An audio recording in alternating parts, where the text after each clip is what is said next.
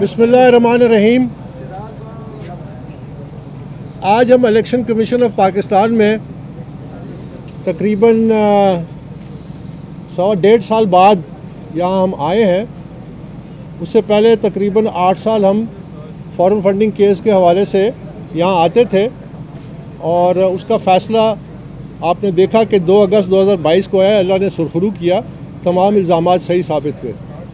तो आज हम जिस लिए आए थे वो पाकिस्तान तहरीक इंसाफ के ये जो नाम नहाद इंट्रा पार्टी इलेक्शंस हुए हैं, जो पाकिस्तान तहरीक इंसाफ कहती है कि 2 तारीख को एक इंट्रा पार्टी इलेक्शंस हुए हैं, उस हवाले से हमने एक दरख्वास्त दी थी और उस दरख्वास्त की आज प्रिलिमिनरी समाअत हुई और दलाइल पेश किए गए, सबूत दिखाए गए, वीडियोस दिखाएंगी ताकि ये साबित किया जा सके कि ये इलेक्शन किसी सूरत में नहीं थे। ये इलेक्शन के नाम पे इलेक्शन की एक तज़हीक है, इलेक्शन का मजाक उड़ाया गया। ये पहले से एक फ़ैसला शुदा था कि सिलेक्शन होने जा रही है, लेकिन आज जो तय करना है वो ये नहीं है कि ये पाकिस्तान तहरीक इंसाफ के जो इलेक्शन है ये सही थे, ट्रांसपेरेंट थे, आइन और कानून के मुताबिक थे। ये इतने ज़्यादा सबूत हैं कि ये आप इस बात से कोई इनकार कर ही नहीं सकता कि ये एक मुकम्मल फ्रॉड थे। ये पाकिस्तान तहरीक इंसाफ के वर्करों से धोखा हुआ है। पाकिस्तान तहरीक इंसाफ के जो वर्कर हैं उनसे ये उनका बुनियादी आइनी कानूनी हक छीना गया है कि वो अपनी मर्ज़ी से अपनी लीडरशिप का इंतखाब कर सके। तो ये तय है, लेकिन जो इससे बड़ी चीज़ है जो तय करनी है कि आज पाकिस्तान फिर दोराहे पे खड़ा है। हमने फैसला करना है कि क्या हम ये जमहूरियत के नाम पे नाटक वाले रास्ते पे चलेंगे जिससे कुछ हासिल अभी तक नहीं हुआ, या फिर हम सही मानों में एक जमहूरी अमल का हिस्सा बनेंगे कि जिससे पाकिस्तान के लोग सही मानों में अपनी मर्ज़ी से अपने लीडरशिप का इंतखाब करें, जिसकी बुनियाद सियासी जमात और उसके इंट्रा पार्टी इलेक्शंस है। आज सबसे बड़ा फ़ैसला ये करना है कि पाकिस्तान तहरीक इंसाफ के जो बोगस इंट्रा पार्टी इलेक्शंस हुए हैं उसकी तस्दीक इस बुनियाद पे की जाए कि बाकी बड़ी पार्टियां बशमूल है मुस्लिम लीग नवाज, बशमूल है पाकिस्तान पीपल्स पार्टी, कि वो भी ऐसा ही ढोंग रचाते हैं, इसलिए इसको तौसीक की जाए। क्या ये दलील अब हमें पेश करने लग गए हैं? जो कुछ पीटीआई के सीनियर वकला देते हैं वो आज ये कहते हैं कि इसी तरह के इलेक्शंस इन जमातों में भी होते हैं। आज अलमिया ये है कि पाकिस्तान तहरीक इंसाफ जिसने एक मॉडल जमात बननी थी, जिसने जमहूरियत में नए असूल सामने लाते थे, जो इस्टेब्लिश्ड डेमोक्रेसी के असूल हैं कि क़यादत वर्करों की मनहूर मिन्नत होती है, कि पॉलिसीज़ पार्टी की वो क़यादत बनाती है कि जो मुंतखब होती है। आज हम पाकिस्तान मुस्लिम लीग नवाज और पाकिस्तान पीपल्स पार्टी, उनको क्या आप अपना रोल मॉडल समझते हैं जो आप ये बयान दे रहे हैं? इससे बड़ी गुमराही और क्या हो सकती है। मैं 2014 से मैंने फॉरेन फंडिंग केस किया, उससे पहले 2011 में मेरे इख्तलाफात हुए। मैं पहले दिन से मुझ पे मुख्तलिफ़ किस्म का प्रोपेगेंडा किया गया, मुझ पे ये कहा गया, कभी कहते थे ये पनामा की वजह से जो कि 2016 में आया था, फिर कहते थे ये इजी लोड पे है। वो जो कहने वाले थे यहाँ खड़े होकर कहते थे वो सारे के सारे डाउनलोड हो गए, उनमें से एक भी आपको अभी नज़र नहीं आता पार्टी में। अब मुझे और तरह के इल्ज़ामात देते हैं कि किसी के इशारे पे। मैं कहना चाहता हूँ कि 3.5 साल आपने इक़्तिदार में रहे, 3.5 साल उस वक्त जो आप इस्टेब्लिशमेंट के बारे में कहते थे कि इससे ज़्यादा डेमोक्रेटिक इस्टेब्लिशमेंट कोई नहीं है। आपने खुद कहा कि हमारी हुकूमत के बड़े बड़े फ़ैसले वो करते थे। आपने खुद कहा कि हमें बिल असेंबली में पास करना होता था वो करवा के देते थे। आपने खुद कहा कि ऑनरेबल चीफ जस्टिस जो है इनके ख़िलाफ़ जो रेफरेंस फाइल किया वो मैंने नहीं किया, वो उन्होंने किया था। तो मुझे ये बताइए कि कौन किसके इशारे पे चल रहा था? मैं तो पहले दिन से ये कहता आया हूँ कि मैं सिर्फ अल्लाह के हुक्म पे चलता हूँ। ये हमारी सोच पहले दिन से यही है कि हमने पाकिस्तान तहरीक इंसाफ को एक इदारा बनाया है। ये जो बीमारी थी जब आई, मैं उस वक्त इसके आगे खड़ा हूँ। ये कैंसर फैलता गया है, ये कैंसर का इलाज ज़रूरी है, और जब तक इस कैंसर का इलाज नहीं होगा पाकिस्तान की सियासत नहीं ठीक हो सकती। वो क्या? जब तक हमारी जमातें जमहूरियत को खुद नहीं अपनाएंगी। वो कैसे दावा करती है कि वो जमहूरी जमातें हैं? क्या ये हकीकत नहीं है कि हमारी सियासी जमातें शख्सियात और ख़ानदानों के कब्ज़े से हैं? आज ये मौका है कि हमारे आईनी इदारे, चाहे इलेक्शन कमीशन है, चाहे जुडिशरी है, वो इसको सोचें कि हमने ये इस मौके से फ़ायदा उठाना है। हमने इन जमातों को, तमाम सियासी जमातें जो बड़ी है, इनको हमने शख्सी कंट्रोल, ख़ानदानी कंट्रोल से आज़ाद करना है। उसका एक ही तरीका है कि आप तमाम जमातों के इंट्रा पार्टी इलेक्शंस करवाएं और शफाफ इलेक्शन करवाएं। ये प्री रिक्विजिट है, ये प्री रिक्विजिट है एक डेमोक्रेटिक इलेक्शन का। याद रखिए कि जब तक आप ये पाकिस्तान की कैसी जमहूरियत है जो लोगों के मसाइल हल नहीं करती। ये इसीलिए कि ये जमहूरियत के नाम पे एक इक़्तिदार का खेल है। ये कैसी जमहूरियत है जो गुर्बत कम नहीं करती? ये कैसी जमहूरियत है जो महंगाई को कम नहीं करती? ये कैसी जमहूरियत है जो लोगों को रोज़गार नहीं देती? ये कैसी जमहूरियत है जो हमारे मुल्क में अमन व अमान और एक सुकून नहीं पैदा कर सकती? ये जमहूरियत के नाम पे इक़्तिदार का एक खेल है। मुझे ये बताइए, आज आपके सामने जो लीडर्स हैं वो क्या मुतालबा करते हैं? एक कहता है मुझे पहली दफ़ा वज़ीर-ए-आज़म बनाओ, एक कहता है मुझे दूसरी दफ़ा वज़ीर-ए-आज़म बनाओ, एक कहता है मुझे चौथी दफ़ा वज़ीर-ए-आज़म बनाओ। ये इक़्तिदार की जंग है। ये लोगों को समझने की बात है कि ये इक़्तिदार की जंग है। ये मिसालें देते हैं कि वोट बैंक जो है ये इन लीडर्स का है, इसलिए लोग मजबूर हैं। ये बात नहीं है। वोट बैंक को आज़ाद करना है, वोट बैंक को लोगों के हवाले करना है। नेल्सन मंडेला की ये मिसाल देते हैं। 27 साल जेल के बाद 4 साल उसको लगे, एक जमहूरी अमल का वो हिस्सा बना, सदर इलेक्ट हुआ, ANC का चेयरमैन इलेक्ट हुआ। एक टर्म के बाद उसने खुद इस्तीफ़ा दिया। उसने कहा कि मैं अब दोबारा सदर भी नहीं बनूंगा, ANC का चेयरमैन भी नहीं बनूंगा। क्यों? क्योंकि वो लीडर था। लीडर का काम होता है, उसने अपना वोट बैंक अपने पार्टी को दिया। उसने अपनी सारा जो उसकी जो पॉलिटिकल कैपिटल था वो उसने अपनी जमात और अपनी लीडरशिप को दिया, जिससे और लीडर उभरे। लीडरशिप का काम ये नहीं होता कि सिर्फ अपनी शोहरत की फिक्र करे। अपने शोहरत की वजह से कहते हैं कि मूरसी सियासत नहीं है PTI में। मुझे ये बताइए कि मूरसी सियासत बुरी है या बादशाहत बुरी है, जहाँ पे एक फाउंडिंग चेयरमैन एक और चेयरमैन को नॉमिनेट करता है जिसका PTI से कोई ताल्लुक नहीं है, PTI से उसका दूर दूर तक ताल्लुक नहीं है। आज ये कहते हैं कि PTI पे मुश्किल वक्त है। आप क्यों ये जो कानूनी कार्रवाई है आप क्यों कर रहे हैं? मैं उनको ये कहना चाहता हूँ कि याद रखिए, पाकिस्तान में तो कवानीन नाफिज नहीं होते। पाकिस्तान में कवानीन नाफिज करने की ये तारीख है कि पिछले 7 सालों में बलवे हुए, हमले हुए, पुलिस की पे हमले हुए, जुडिशल कॉम्प्लेक्स पे हमला हुआ, सुप्रीम कोर्ट पे, पार्लियामेंट पे, एक शख्स को अभी तक सज़ा नहीं दी गई। याद रखिए कि यहाँ पे अल्लाह का भी कोई कानून है और आखिर में अल्लाह का कानून नाफिज होता है। तो आज जो लोग कह रहे हैं कि PTI तकलीफ में है, उनसे ये पूछें वो कौन थे जो कहते थे कि मैं रुलाऊंगा? वो कौन थे जो बार बार कहते थे मैं रुलाऊंगा?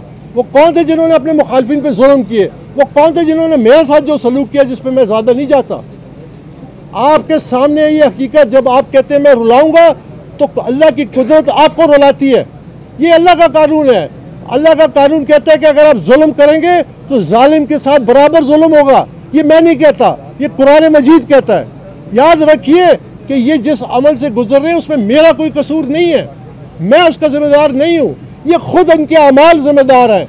इन्होंने इस नहज तक सियासत लाई जिसकी मैं निशानदेही बार बार बार बार यहाँ पे करता था। 2014 से मैं यहाँ पे करता था। ये रास्ता गलत है, ये रास्ता तबाही का है। इससे नुकसान होगा, पार्टी को नुकसान होगा, मुल्क को नुकसान होगा, मईशत को नुकसान होगा, इदारों को नुकसान होगा। जब मैं बार बार इसकी निशानदेही करता था, और ये अपने तकब्बुर में मैं नहीं छोड़ूंगा, और ये अपने तकब्बुर में अपने सियासी मुखालफिन से जो सलूक करते थे, जो जुल्म की दास्तान है, तो आज उन पर जब मुश्किल वक्त आया उनको सोचना चाहिए कि ये मामलात यहाँ ख़त्म हो जाने चाहिए।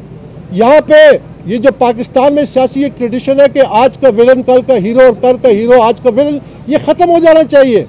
इसका एक ही तरीका है, आप सियासी जमातों को जमहूरी बनाएं, उसमें डेमोक्रेसी लेके आएँ। और मेरी ये अपील है, क्योंकि ये मामलात अब आगे जाएंगे, बड़ी तेज़ी से जाएंगे और शायद हाईएस्ट फोरम्स तक जाएं, कि जब तक आपके इलेक्शन के बुनियादी तकाजे नहीं पूरे होते, आप रिसाइकलिंग ऑफ पॉलिटिकल वेस्ट होता है, आप उसी लीडरशिप को दोबारा एक नाम निहाद इलेक्शन प्रोसेस से गुजारते हैं, वो फिर आते हैं, लोगों की उम्मीदें फिर बढ़ती हैं, उसके बाद फिर डैश हो जाती है।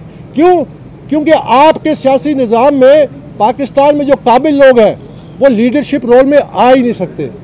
यहाँ रास्ते बंद हैं, यहाँ सबके रास्ते बंद हैं। तो इसलिए मेरे ये जो सारी एफर्ट है वो ये है कि पाकिस्तान की सियासत में एक बुनियादी तब्दीली आए, लेवल प्लेइंग फील्ड मिले आवाम को, लेवल प्लेइंग फील्ड मिले वर्कर को, उनके हकूक़ का तहफ़्फ़ुज़ करें, उनको ये इख्तियार दें। पार्टी से शुरू होकर सियासी जमातें जमहूरियत की फाउंडेशंस हैं, जब फाउंडेशन खोखली है उस पर कोई इमारत नहीं बन सकती, उस पर किसी किस्म का ये सब ढोंग है, ये जमहूरियत के नाम पे इक़्तिदार की एक जंग है, हम वो जंग लड़ रहे हैं। बहुत बहुत शुक्रिया।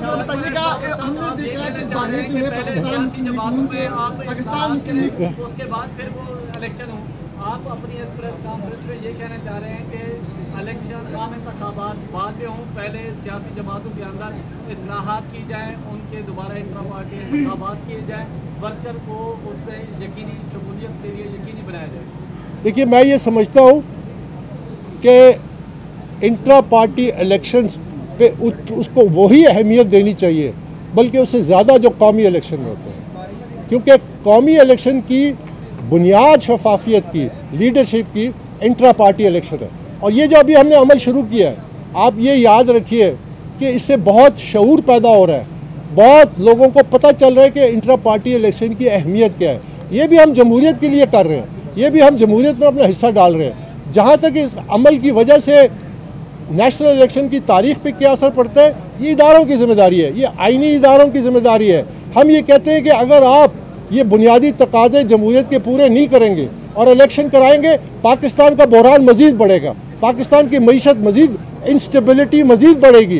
क्योंकि मैं ये पूछना चाहता हूँ, पाकिस्तान तहरीक इंसाफ के ये जो वकला हैं जो इस वक्त पार्टी पे कब्ज़ा कर रहे हैं, मैं उनसे ये पूछना चाहता हूँ कि जिस किस्म का नाटक इन्होंने किया 2 दिसंबर को, याद रखिए अगर इस अमल पे आप चले, मुझे अफसोस से कहना पड़ता है कि आप लोग दावा करते हैं अदालतों में कि आप democracy, constitution and fundamental rights के डिफेंडर्स हैं।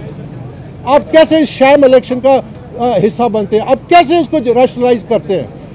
अगर आपने इसको ये जारी रखा और फरवरी 8 को इलेक्शन होते हैं तो इससे बड़ा डाका पड़ेगा, फिर आपके पास क्या मजाज होगा शफाफ इलेक्शन का। अगर आप इस नाटक को जायज़ समझते हैं तो कल जो फरवरी 8 का इलेक्शन होगा जिसमें इससे बड़ा अगर डाका पड़ा, फिर आप क्या करेंगे? फिर आप किस चेहरे से ये कहेंगे कि जी ये फ्री एंड फेयर इलेक्शन नहीं हुए? टाइमिंग है वो गलत है और ऐसे वक्त में जब एस्टैब्लिशमेंट पीटीआई को कॉर्नर कर रही है, उस वक्त आप पीटीआई के इंट्रा पार्टी इलेक्शंस को चैलेंज करके उनको इलेक्शन से महरूम कर रहे हैं। मैं तो 3.5 साल एस्टैब्लिशमेंट के सामने खड़ा था जब फॉरेन फंडिंग केस चल रहा था। मैं तो उस वक्त मैंने सब कुछ बर्दाश्त किया। उस वक्त तो पार्टी पीटीआई वो 1 पेज पे थी उनके साथ, तो मैं किसी के इशारे पे नहीं चलता। मेरी एक अपनी सियासी जद्दोजहद है, एक स्ट्रगल है। आज पीटीआई को एक आखिरी मौका मिला था 23 नवंबर 2023 का जो इलेक्शन कमीशन का फैसला है कि ये आखिरी हम मौका दे रहे हैं कुछ शफाफ इलेक्शन कराएं। उन्होंने शफाफ इलेक्शन की जगह एक मुकम्मल ढोंग रचाया। तो ये मुझ पर फ़र्ज़ बनता है कि मैं वर्कर्स के हकूक़ का तहफ़्फ़ुज़ करूँ। मैं टाइमिंग के ज़िम्मेदार ये हैं। अगर ये एक शफाफ इलेक्शन कराते तो मैं कभी भी आज यहाँ इलेक्शन कमीशन में ना खड़ा होता। लेकिन मैं कैसे इसको एक्सेप्ट करूँ कि लोगों पे और वर्करों के सामने एक बड़ा धोखा हुआ। और आप देख लें, मैं अकेला नहीं हूँ, मेरे साथ और भी बड़े लोग हैं, खातून भी हैं जो पीटीआई लेबर विंग की वुमेंस की सदर भी रह चुकी है, और अहदे हैं और अहदेदार हैं। सब ने अपने तौर पे इसको चैलेंज किया है। और काफ़ी बड़ी तादाद में इसको चैलेंज किया गया सर, है। हमने देखा कि बाहर पाकिस्तान मुस्लिम लीग के जो वर्कर्स हैं वो प्रोटेस्ट कर रहे हैं इंटर पार्टी इंतखाबात के हवाले से, आपके हक में नाराबाजी कर रहे हैं। क्या हम ये तासुर ले सकते हैं कि इस वक्त मुस्लिम लीग नूर और अकबर एस बाबर एक प्लेटफॉर्म पे है? दूसरा मेरा सवाल है कि क्योंकि आप पख्तून है और पख्तूनों का दिल बहुत बड़ा होता है और इस वक्त PTI ज़ेर अताब है, मुश्किलात है वर्कर्स पे, तो क्यों ना आप माजी के तमाम तलफी को बुलाकर जो वर्कर्स की तलफी हो रही है, जो वर्कर्स मुश्किल में है, उनके लिए आवाज़ बुलंद करें। देखिए, मैं अपने मेरा आज तक इमरान खान से कोई ज़ाती झगड़ा नहीं है। मैं किसी किस्म की कोई ज़ाती रंजिश नहीं रखता। आज अगर तहरीक इंसाफ बैठ के ये फ़ैसला करे, जो फाउंडिंग चेयरमैन है, बाकी तो सारे गैर कानूनी हैं, उनको मैं ज़्यादा अहमियत नहीं देता, लेकिन अगर वो ये फ़ैसला करे कि हमने इस्लाह के रास्ते पे चलना है, और इस्लाह का रास्ता क्या है कि पाकिस्तान तहरीक इंसाफ को एक आइनी इदारा बनाना है, जो बुनियादी आइन हमने लिखा था जिसमें मैं भी शामिल था, उस रास्ते पे डालना है, जो पाकिस्तान तहरीक इंसाफ की जो पहले हमने ब्रांडिंग की थी। याद रखिए कि ये भी बड़ी दिलचस्प तारीख़ है कि 16 साल हम जैसे लोगों ने पाकिस्तान तहरीक इंसाफ की ब्रांडिंग की कि ये एक नज़रियाती जमात है। उसके बाद इनको पैसों की ज़रूरत पड़ी, इन्होंने पार्टी ATMs के हवाले कर दी। उसके बाद इनको रिवायती सियासतदानों की ज़रूरत पड़ी, इन्होंने वो उजरती सियासतदानों के हवाले कर दिए पार्टी। आज उनको वकला की ज़रूरत है, इन्होंने पार्टी वकला के हवाले कर दी। तो ये जो मामलात हैं, पहले ये तय करें कि ये इस्लाह के रास्ते पे चलना चाहते हैं कि नहीं। मैं हर वक्त हाजिर हूँ, मेरी कोई पर्सनल वो नहीं है। जहाँ तक आपने कहा कि बाहर कोई मुजाहरा हो रहा है, मुझे उसकी कोई कानो कान खबर नहीं है कि कौन कर रहा है, क्यों कर रहा है और किस लिए कर रहा है। इस वक्त तहरीक इंसाफ के नाम से दो पार्टीज हैं, एक को बैरिस्टर गौहर लीड कर रहे हैं और दूसरे को परवेज खटक साहब। आपके ख्याल में इसमें जेन्युइन PTI कौन सी है? नहीं, वो दूसरे जो है वो तो अलग पार्टी है ना, वो तो एक ही है ना, उसको सिर्फ P लगाए हुआ है पार्लियामेंटेरियन के नाम। देखिए, और क्या मैं जो समझ गया। देखिए, पाकिस्तान तहरीक इंसाफ जब अपने नज़रियात से हटी, जो पार्टी को बनाने वाले थे उनको किनारा कश किया गया। ये कटी पतंग है और कटी पतंग को लूटते हैं, और वो जब सड़क पर जा रही होती है, जिसके हाथ में आई डोर वो उसको लूटने की कोशिश करता है। तो ये लूटने की कोशिश मैंने आपके सामने मिसाल दे दी कि ATMs ने भी लूटा, उजरती सियासतदानों ने भी लूटा, और अभी वो मुख्तलिफ शक्ल में इसको लूटने की कोशिश कर रहे हैं। अब बात ये है कि उसको राय रास्त पे लाने के लिए हम देखिए, ये जो लोग, मैं ये ज़रूर कहूँगा, ये जो हमारे वकला हैं जो अपने आप को कानूनदान कहते हैं, यहाँ खड़े होकर कहते हैं कि अकबर बाबर मेंबर नहीं है। ये कैसे वकला हैं आइनी और कानूनी वो देने वाले कि जी हम तो बड़े आइन और कानून की बारादस्ती चाहते हैं, तो 3 इदारों के फैसले को नहीं मानते। वो यहाँ आके कहते हैं कि कैसा झूठ बोला जाता है। ऐसे लोग जो है ये अहल है कि पार्टी के ओहदे संभालें। ऐसे लोग अहल हैं जो अवाम के सामने जो खुल्लम खुला झूठ बोल रहे हैं, खुले यहाँ खड़े होकर बोल रहे हैं, और ये पीछे इलेक्शन कमीशन है, इसका फैसला मौजूद है। तो ये कैसे हमारा मुल्क चलेगा? अकबर बाबर साहब, ये बता दीजिए कि अगर इमरान खान आपको जेल में बुलाते हैं और कोई मुफाहमत की राह इख्तियार करते हैं, तो क्या आपने ये जो पटिशन दायर की है, दरखास्तें दायर की है, ये वापस लेकर तहरीक इंसाफ का हिस्सा बन जाएंगे और उनके साथ अपनी जदोजहद करेंगे? देखिए, मुझे ये मफरूज़े पे सवाल है। मैंने आपसे अर्ज़ किया, मैं और हमारे साथी, हम सब, और PTI के कारकुन जो नज़रियाती है, हम अपने रास्ते से नहीं हटेंगे। हम अपने रास्ते पे कायम रहेंगे। हमारा रास्ता है पाकिस्तान तहरीक इंसाफ को एक जमहूरी इदारा बनाए जो अपने वर्कर्स के आगे जवाबदेह हो, ताकि वो आवाम के सामने सच्चे दिल से जा सके, ताकि वो अपने आवाम के सामने एक मुनाफिक चेहरा ना लेके जाएं, जो कि हुआ इस पार्टी से, जो कि आज भी हो रहा है। अगर आप इस रास्ते पे चलना चाहते हैं और संजीदगी दिखाते हैं, मेरी तरफ से कोई रुकावट नहीं होगी। आज ये जो इंट्रा पार्टी इलेक्शन कराए हैं, अगर ये इसको शफाफ तरीके से करते हैं, आप अंदाज़ा लगाइए 30 तारीख को नोटिफिकेशन होता है चीफ इलेक्शन कमिश्नर का। एक मिनट, अभी तक कमीशन नहीं बना और तरीक़ेकार पे तसल्ली हो गई, और हम जब गए कागजात लेने कुछ भी नहीं। आज आपने देखा तमाम सबूत सामने आए। तो कहने का मकसद है, अगर ये शफाफ इलेक्शन कराते, मैं आज यहाँ ना होता, मैं इनकी तालियाँ बजा रहा होता। मुझे नहीं चाहिए कोई ओहदा। मैं कहता हूँ इस जमात में हमने अपनी ज़िंदगी के बेहतरीन साल दिए। बाबर साहब, आज आपके वकील ने तादाद में सडन इजाफा हुआ। 14 पटिशनर्स आ गए एंड एहतजाज करने बाहर मुजाहिरीन आ गए और उनका मुतालबा ये था कि हम चाहते हैं अंदर वाला फैसला मेरिट पर हो। आप क्या समझ रहे हैं, वोटर्स जो PTI का है वो तो आपके अगेंस्ट जा रहा है, वो समझ रहे हैं कि अब एन अकबर एस बाबर आए, साथ अपने साथ लोगों को ले आए, दरखास्तों में इजाफा हो रहा है, मुजाहिरीन पहुँच रहे हैं, तो ये सारा गुज़श्ता जो 2018 वाला टाइम था ये दोबारा से दोहराया जा रहा है। इस तासुर को कैसे ख़त्म कर पाएंगे? देखिए, हर वक्त मुख्तलिफ तासुर मेरे बारे में कायम किया गया। जब मैं इस्टेब्लिशमेंट के सामने भी खड़ा था, क्योंकि वो 1 पेज डॉक्ट्रिन पे थे, मैं उसके खिलाफ था। उससे पहले पनामा का डॉक्ट्रिन था, वो लेबलिंग मुझ पे हुई। ये लेबलिंग होती रहेगी। और जहाँ तक ये जो आप मुजाहरे वगैरह का जिक्र करें, मुझे इसका कानो कान खबर नहीं, और तादाद बड़ी की है, इसका मेरा कोई उससे ताल्लुक़ नहीं। मैं आपको एक बुनियादी चीज़ बताता हूँ। जब पाकिस्तान तहरीक इंसाफ 97 के इलेक्शन में नाकाम हुई, 2002 के इलेक्शन में नाकाम हुई, ये इमरान खान मेरे साथ बैठ के मेरी गाड़ी में, क्योंकि मैं हर दोपहर को उनको उठाता था और दफ्तर लेके जाता था और फिर साथ वापस लाता था, ये कहते थे अकबर मेरी पूरी जमात तेरी गाड़ी में आ जाएगी। मेरी पूरी जमात जिस दफ्तर में बैठे होते थे, अकबर ये मरकज़ी दफ्तर था 66 बाज़ार रोड कवर्ड बाज़ार मार्केट के सामने, वो कहते थे कि मेरी पूरी जमात इस कमरे में आ जाएगी। बारहा उन्होंने मुझे कहा है, बारहा मेरी गाड़ी में कहा है। तो मुझे तो जब 1997 में नवाज शरीफ ने 2/3 अक्सरियत ली, हमें पार्टी छोड़ देनी चाहिए थी। हम तो एक टांगा पार्टी बन चुके थे, तो मैंने उस वक्त उनका साथ दिया जो मुश्किल तरीन साल थे। हमने इस पार्टी की ब्रांडिंग की कि ये एक जमात नज़रियाती जमात होगी। तो मुझे तादाद से कोई फ़र्क नहीं पड़ता मेरी सेहत में, मुझे इससे फ़र्क पड़ता है कि क्या मैं सच हूँ, सच्चे रास्ते पे हूँ। अगर मेरा दिल और ईमान कहता है कि मैं सच्चे रास्ते पे हूँ, मैं अगर अकेला भी हुआ मैं उस रास्ते पे चलूँगा। बाबर साहब, एक टेक्निकल सवाल ले लें। आपके वकील ने कहा कि आपका जो मौक़िफ़ है वो ये है कि इस एक तो ये पार्टी इंट्रा पार्टी इंतखाबात हैं, इनको आप कलअदम करार दें और नए इंतखाबात कराएं। उस पर मेंबर ने कहा कि आप ये भूल जाएं कि नए इंतखाबात होंगे, तो आगे आपका क्या मौक़िफ़ है? देखिए, जो ऑब्जर्वेशन होती है उसको फैसला नहीं समझना चाहिए। किसी एक 5 में से एक मोअज़्ज़िज़ मेंबर ने ऐसा जो रिमार्क दिया, अब फैसले में क्या लिखा हुआ आता है, जब आएगा फिर तबसरा करेंगे।